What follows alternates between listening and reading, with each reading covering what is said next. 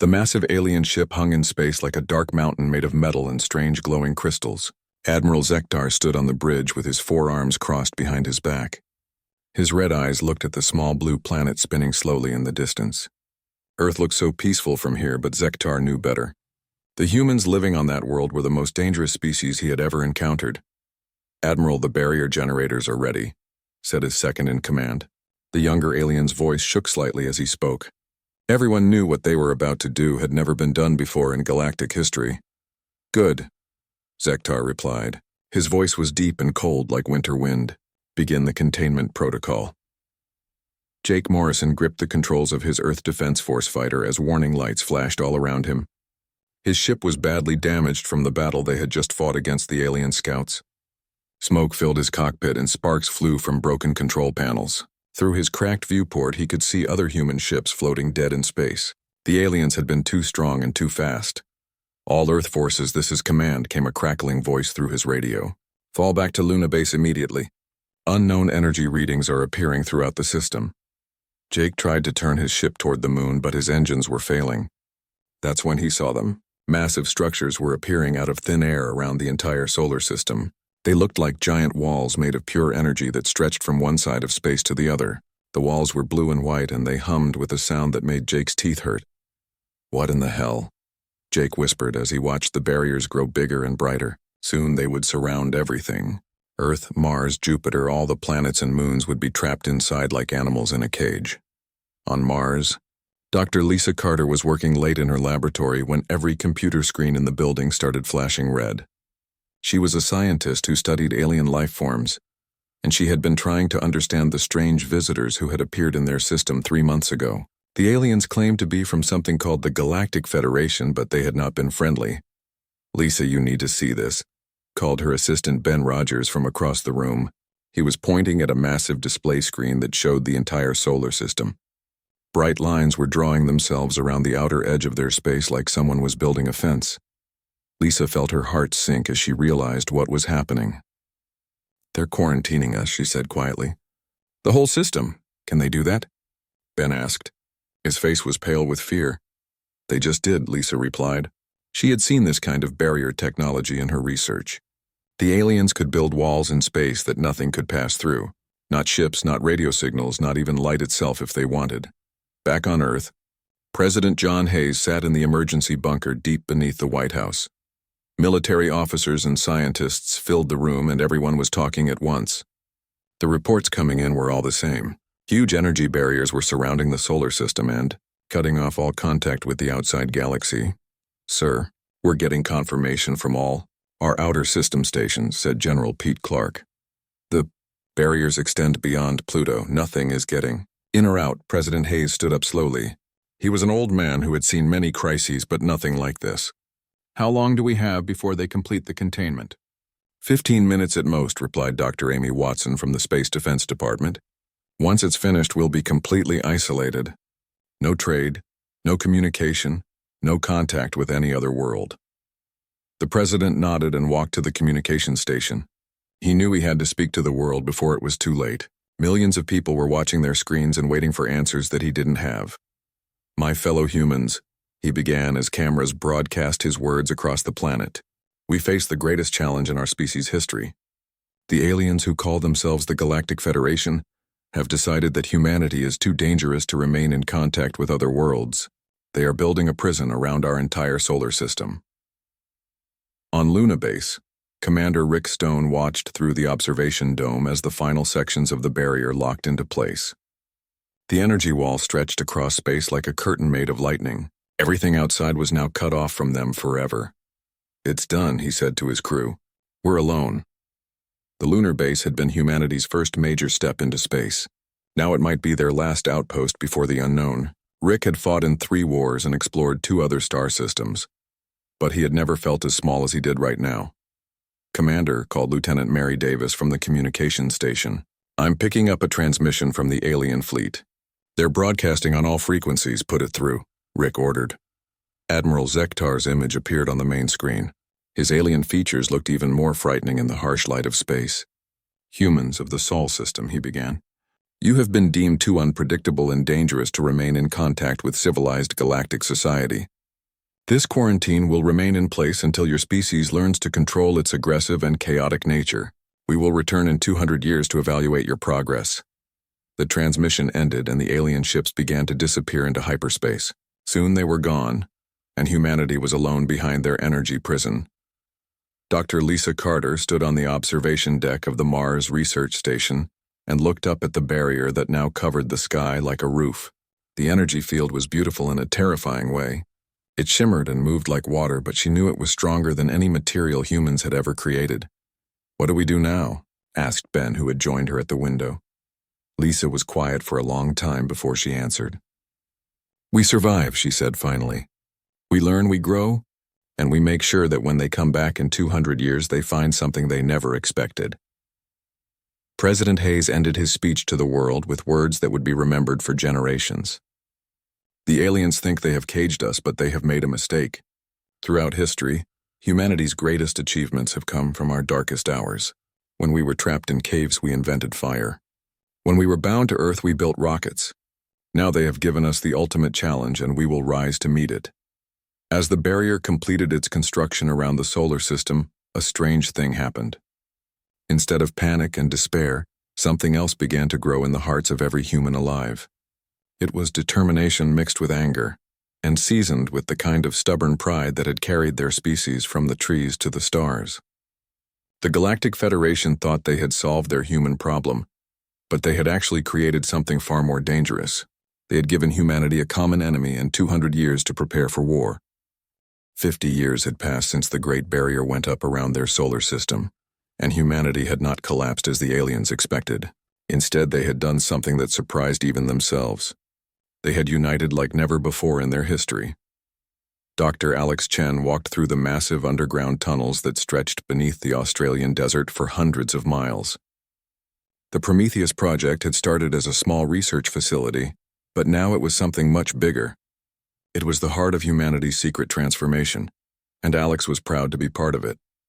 "Show me the progress reports from all sectors," Alex said to his assistant Karen Davis as they entered the main control room. The chamber was enormous with dozens of workstations and display screens, showing construction projects across the solar system. Karen pulled up holographic images that showed mining operations on asteroids, construction sites on Mars, and research facilities hidden beneath the ice of Europa. "The asteroid belt mining is ahead of schedule by 30%, she reported. "We now have 17 major facilities running at full capacity." Alex nodded as he looked at the numbers. When the quarantine first began, world leaders had realized they needed to work together or die separately. The old nations still existed, but they shared everything now. Technology, resources, knowledge, and most importantly, their hatred for the aliens who had caged them. On Europa, Commander Rick Stone stood in the massive shipyard that had been carved out beneath miles of frozen ocean. The alien barriers could not see through the thick ice, and that made it the perfect place to build things in secret. Hundreds of workers moved around the construction bays where the frames of new ships were taking shape. "How many vessels can we complete this year?" Rick asked his chief engineer, Tom Phillips. "At current production rates, we should finish 42 ships of various sizes," Tom replied. "The new fusion reactors are working better than expected, and we have enough raw materials to keep building for the next 20 years. Rick smiled as he watched welders working on the hull of a new destroyer. The ship was sleek and deadly-looking, with weapon ports that could house cannons more powerful than anything Earth had possessed before the quarantine. "The aliens think we are still using chemical rockets and nuclear weapons," he said. "They have no idea what we have learned." Dr. Sarah Kim was working in the lunar laboratories that had been expanded deep into the moon's core. She had spent decades studying the pieces of alien technology that humanity had captured during the first battles 50 years ago. The fragments had taught them more about advanced science than 1,000 years of normal research. "We have finally cracked their shield technology," Sarah announced to the research team gathered around her. "Not only can we replicate it, but we have found ways to make it 40% more efficient." Her assistant, Dr. Bobby Wright, looked up from his computer terminal with excitement. "What about their weapon systems?" Sarah's smile was cold and dangerous. "We have surpassed them completely. Our new particle beam arrays can punch through their strongest armor, like it was paper. When they return, they will find that humanity has become something they never expected." The secret construction projects were happening everywhere in the solar system.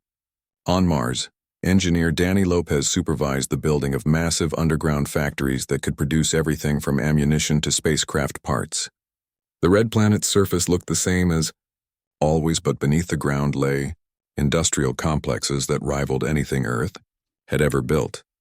"We need to increase production of the new armor, plating by 15%, Danny told his production supervisor, Lisa Green. "The outer system defense platforms require stronger materials than we originally planned." Lisa checked her reports and nodded. "We can do that if we bring the Olympus Mons facility online 2 weeks early. The new automated systems should handle the increased workload." Back on Earth, President Susan Baker stood in the war room that had replaced the old United Nations building. She was the third president to oversee the Prometheus project, and she took her responsibility seriously. The entire planet had become a weapons factory disguised as a normal world. Status report from all departments, she ordered as military leaders and scientists filled the room. General Mike Thompson stepped forward first. "Earth's surface defense grid is now complete. We have over 300 concealed weapon platforms that look like mountains, forests, and cities. Each one can destroy a battleship with a single shot." Dr. Helen Carter followed with her report. "Our deep space monitoring stations have been tracking alien communications beyond the barrier. They still believe we are a primitive species using basic technology. They have no idea that we have been watching them and learning their weaknesses. The transformation had not been easy, and it had required sacrifices that previous generations could never have imagined. Every person on every world now served the same purpose. Children learned advanced physics alongside basic reading. Farmers grew crops designed to feed workers in underground factories. Artists created propaganda that reminded everyone why they were preparing for war." Captain Steve Martinez commanded one of the hidden observation posts on Pluto where teams monitored the alien barrier technology. "We have identified 17 different energy frequencies in their containment system," he reported during the monthly briefing. "If we can disrupt even 3 of them, the entire barrier will collapse." His communications officer Janet Wilson looked up from her station with concern. "Sir, I'm picking up increased alien chatter from beyond the barrier. They seem to be discussing something important." Steve walked over to listen to the translated transmissions. What he heard made his blood run cold. The aliens were talking about ending the quarantine early, but not in the way humanity had hoped. They wanted to cleanse the solar system completely. "Get me a direct line to Prometheus Command," Steve ordered. Priority Alpha Emergency. Within hours, the news had reached every facility in the solar system. The aliens had grown impatient and decided that 200 years was too long to wait. They planned to return in just a few more months and eliminate every human in the system. Dr. Alex Chen received the emergency transmission while inspecting a new weapons testing facility on Ceres. "How long do we have?" he asked. "Intelligence estimates 6 to 8 months before they arrive with a cleansing fleet," came the reply from Earth. Alex looked around at the weapons and ships that surrounded him. Humanity had built an incredible war machine in secret, but they had planned for 20 more years of preparation. Now they would have to face their captors much sooner than expected. "Send word to all commanders," Alex ordered. "Operation Breakout is moved to active status. It is time to show the galaxy what humanity has become during our imprisonment."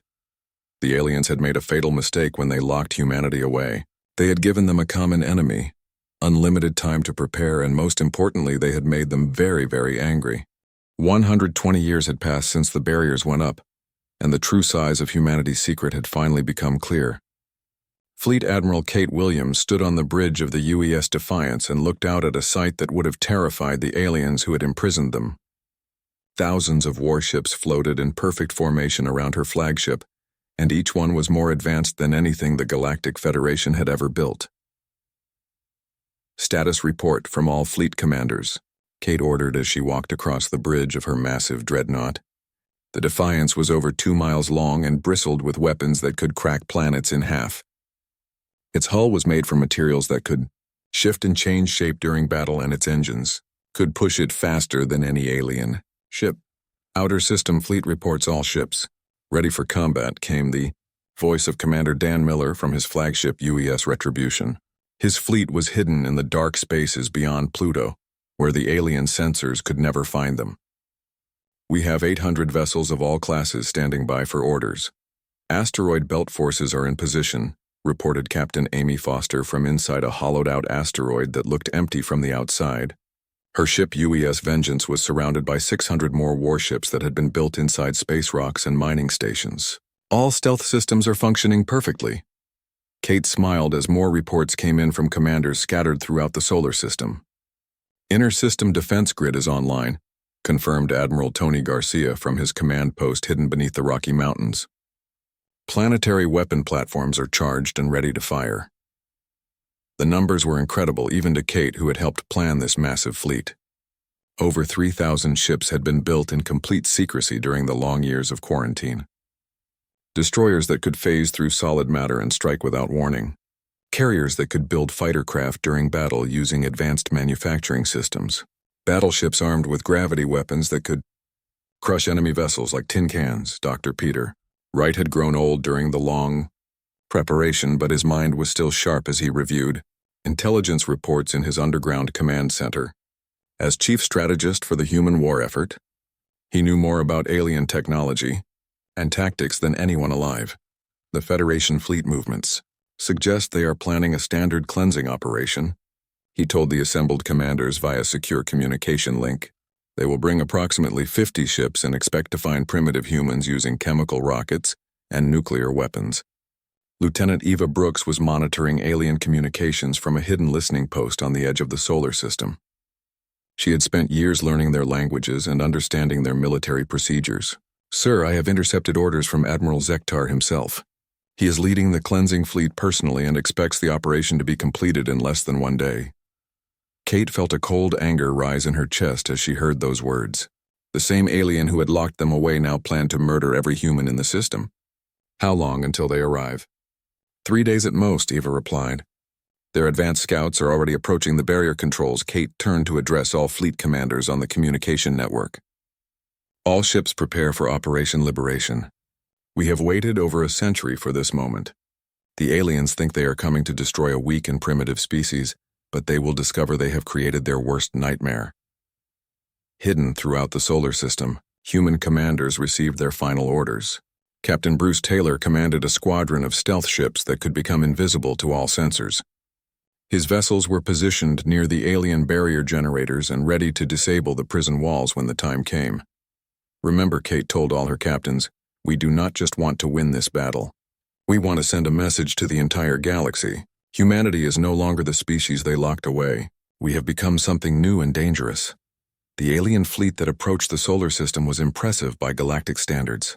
50 massive warships led by Admiral Zektar's flagship moved confidently toward the barrier controls. The aging alien commander felt satisfaction as he prepared to complete the task that had been delayed for far too long. Begin the cleansing protocol, Zektar ordered his weapons officer. Sterilize all planets and moons. Leave nothing alive. But as the alien ships moved to take control of the barriers, something impossible happened. The energy walls that had contained humanity for over a century simply turned off. The barriers that had taken massive amounts of power to maintain just disappeared, as if someone had thrown a switch. What is the meaning of this? Zektar demanded as his crew scrambled to understand what was happening. Restore the containment field immediately. That was when the human ships appeared. They seemed to materialize out of empty space as stealth systems shut down and cloaking devices powered off. Ships rose from behind planets and asteroids. Others phased through solid matter as if it was not there. More vessels dropped out of hyperspace using technology. The aliens did not recognize the Federation fleet found themselves surrounded by over 2,000 human warships, and each one was larger and more powerful than anything in their database. The energy readings coming from the human vessels made alien sensors scream warnings that such power levels were impossible. Kate Williams opened a communication channel to the alien fleet, and her voice was calm and deadly. Greetings, Admiral Zektar. We have been expecting you and your cleansing fleet. I am Fleet Admiral Kate Williams of the Human Space Force, and I have a message for you and your Federation. Zektar stared in shock at the view screen showing the human commander. Behind her, he could see a bridge filled with technology that seemed decades ahead of anything his people possessed. This is impossible. You were primitives. How did you advance so far? You gave us something no species in galactic history has ever had, Kate replied with a cold smile. You gave us a common enemy, unlimited resources, and over a century of uninterrupted development time. Did you really think we would waste such a gift? Admiral Tony Garcia activated the planetary defense systems, and massive weapons emerged from what had appeared to be normal mountains and forests. Each cannon was larger than an alien battleship, and packed with enough firepower to destroy moons. Commander Dan Miller's outer fleet moved into attack formation, and their ship seemed to flow like liquid as adaptive hulls changed shape for combat. Ma'am, all vessels are in position. We can destroy their entire fleet in under 10 minutes. Kate looked at the terrified aliens on her screen and felt a moment of satisfaction. The hunters had become the hunted, and the prisoners were now the guards. Admiral Zektar, you came here to cleanse this system of humanity. Instead, you are about to discover what we have cleansed ourselves of during our long imprisonment. We have eliminated weakness, division, and fear. What remains is something you should have left alone. The battle that followed lasted exactly 17 minutes and changed the balance of power in the galaxy forever. Admiral Zektar watched in horror as his 50 warships faced an enemy that moved like nothing he had ever seen before. The human vessels flowed through space like living creatures with hulls that shifted and changed shape as the battle progressed. All ships opened fire immediately. Zektar screamed into his communication system, but his weapons officer was staring at his instruments in complete confusion. Sir, our targeting systems cannot lock onto the enemy vessels.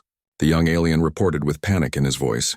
Their ships are phasing in and out of normal space. Our weapons are passing right through them. Kate Williams stood calmly on the bridge of the UES Defiance as alien fire passed harmlessly through her ship's adaptive hull.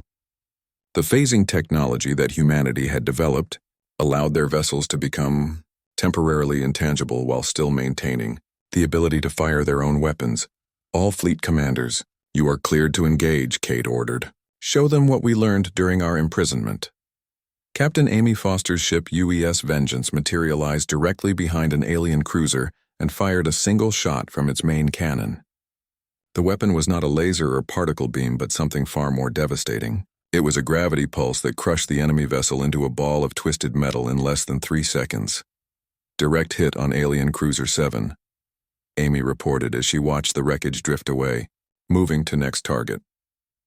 Commander Dan Miller's outer system fleet attacked from multiple directions at once using coordination that seemed impossible. Every human ship knew exactly where every other ship would be at any moment. They moved as one mind, controlling thousands of bodies, and their precision was terrifying to watch.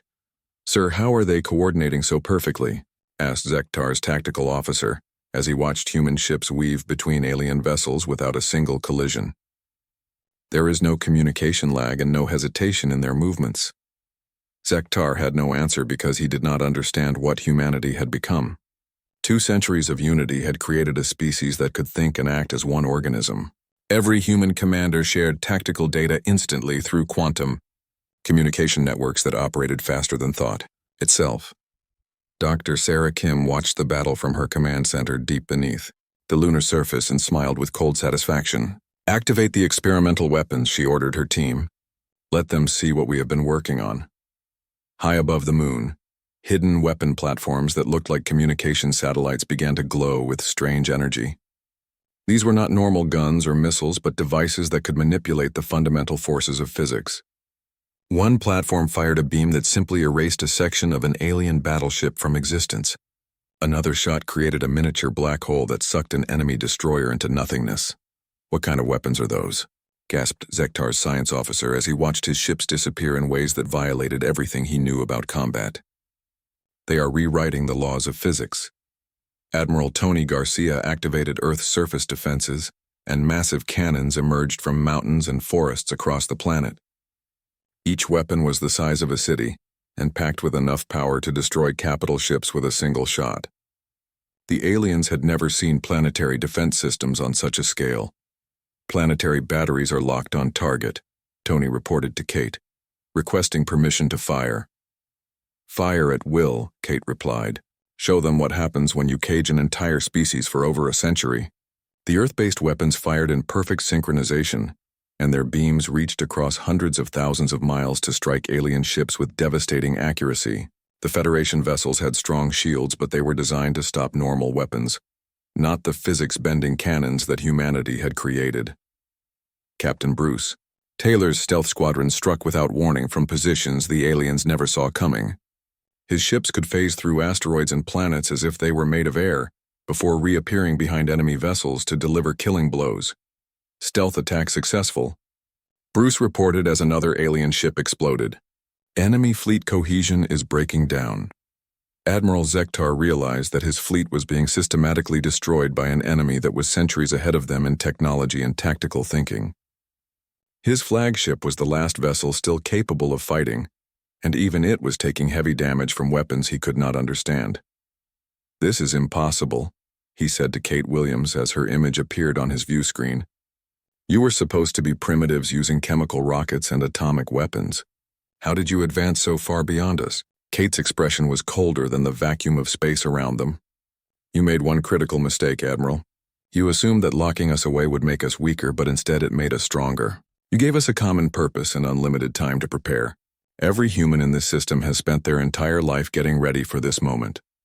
Lieutenant Eva Brooks intercepted alien distress signals that were trying to reach Federation space beyond the former barrier. "Ma'am, they are calling for reinforcements and warning their government about our capabilities." "Jam all their communications," Kate ordered. "No word of this battle reaches Federation space until we decide what message we want to send." The final alien ship exploded in a burst of plasma and debris. Admiral Zektar's flagship broke apart under the combined fire of dozen human vessels. The old alien commander who had created humanity's prison died, never understanding that he had forged them into the galaxy's most dangerous predator. "All enemy vessels destroyed," reported Commander Dan Miller as his ship swept the battlefield for survivors. "Total human casualties 0. Total mission time 16 minutes and 43 seconds. Kate looked out at the wreckage of the alien fleet and felt no satisfaction in the victory. This had not been a battle but an execution. The Federation had sent lambs to slaughter wolves, and the outcome was never in doubt. "Signal all commanders," she ordered. "Phase 1 of Operation Liberation is complete. Begin Phase 2 immediately. It is time to take our message beyond this solar system." Dr. Peter Wright's voice came over the communication system from his strategic command center. "Ma'am, our deep space monitoring stations are detecting increased alien military activity in nearby systems. Word of their missing cleansing fleet will eventually reach Federation command." Kate nodded as she considered their next move. The galaxy was about to discover that humanity was no longer contained, and that realization would change everything. "Prepare the advanced scouts for hyperspace jumps beyond our former prison. The galaxy needs to know that we are coming and that we remember every day of our imprisonment." 3 days after the battle that destroyed Admiral Zektar's fleet, the first human ships crossed beyond their former prison and entered the wider galaxy. Captain Dan Miller led a squadron of advanced scouts through hyperspace toward the nearest Federation outpost. His mission was simple but terrifying to consider. He was going to announce that humanity was free. "Approaching the Kepler station perimeter," reported his navigation officer, Lieutenant Susan Torres, as their ships dropped out of hyperspace near a massive alien space station. The structure was home to over 50,000 beings from a dozen different species and served as a major trade hub for this sector of the galaxy. Dan looked at the alien station through his view screen and felt a mixture of curiosity and anger. For over 2 centuries, humans had been cut off from places like this while alien species traded and shared knowledge freely. That isolation was about to end forever. "Open a communication channel to the station, Commander," Dan ordered. "It is time they learned that humanity is back." The response from Kepler Station was immediate panic. Commander Vextai, a 6-legged insectoid alien, had never seen ships like the ones approaching his station. The human vessels were sleek and deadly-looking, with energy signatures that made his sensors scream warnings. "Unknown ships, identify yourselves immediately," Vextai transmitted while his security forces scrambled to defensive positions. "You are entering restricted Federation space." Dan's voice was calm and cold when he replied. "I am Captain Dan Miller of the Human Space Force. We are no longer restricted to anything.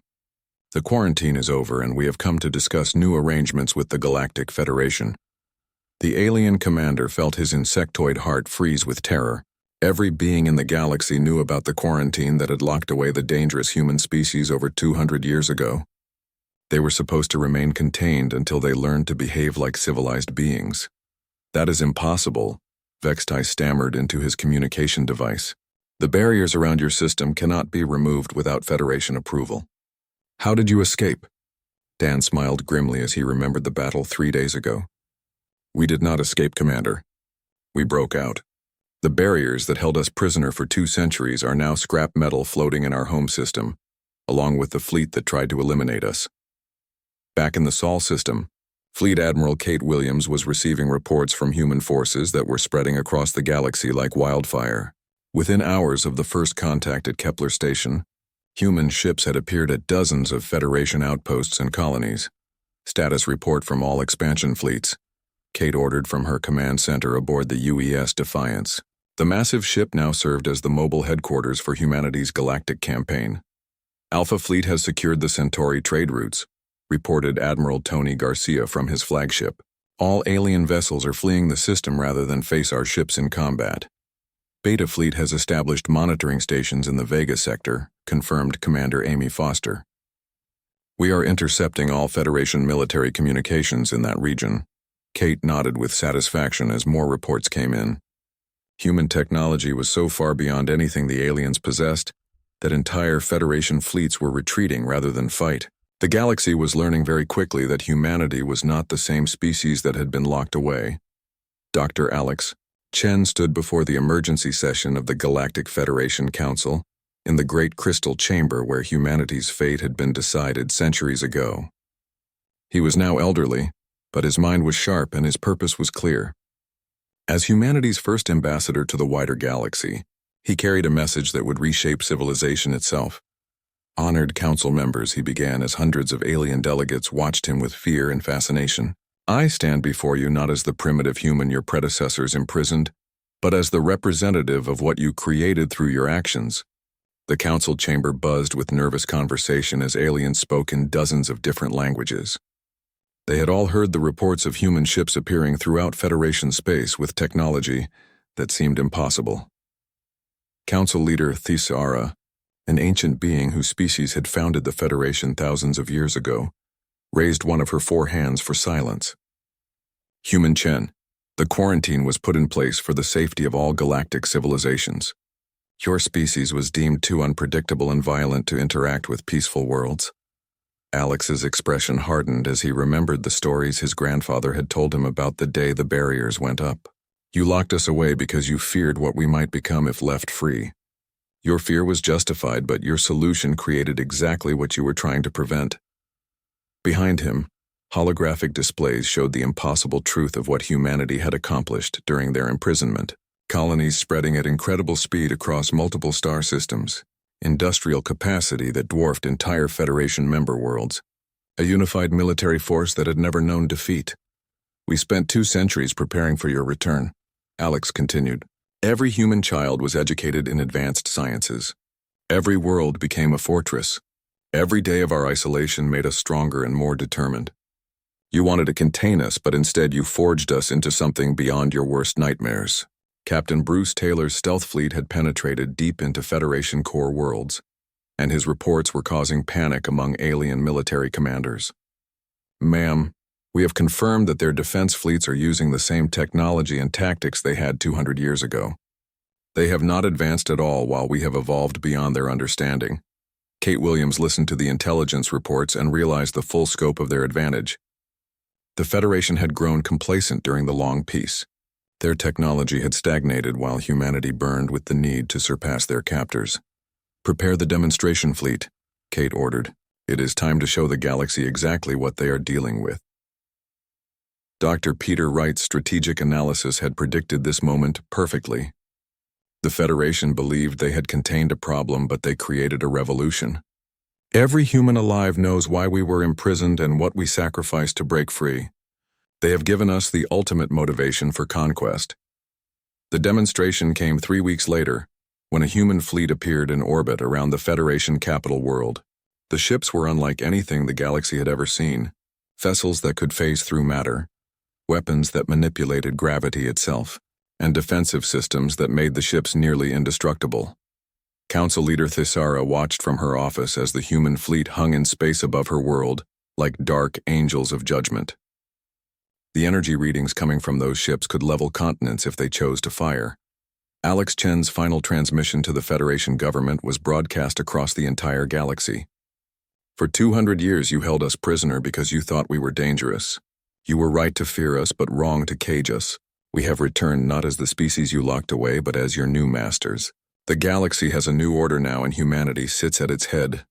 Fleet Admiral Kate Williams stood on the bridge of her flagship and looked out at the stars that had been denied to her people for so long. Signal all commanders. Begin colonization operations on all suitable worlds. The galaxy belongs to humanity now, and we have 2 centuries of expansion to make up for. The aliens had wanted to contain humanity to protect themselves, but they had instead created the very thing they feared most. A united, advanced, and very angry human species that would never again allow anyone to cage them. The galaxy would learn to live under human rule or learn why that was their only choice.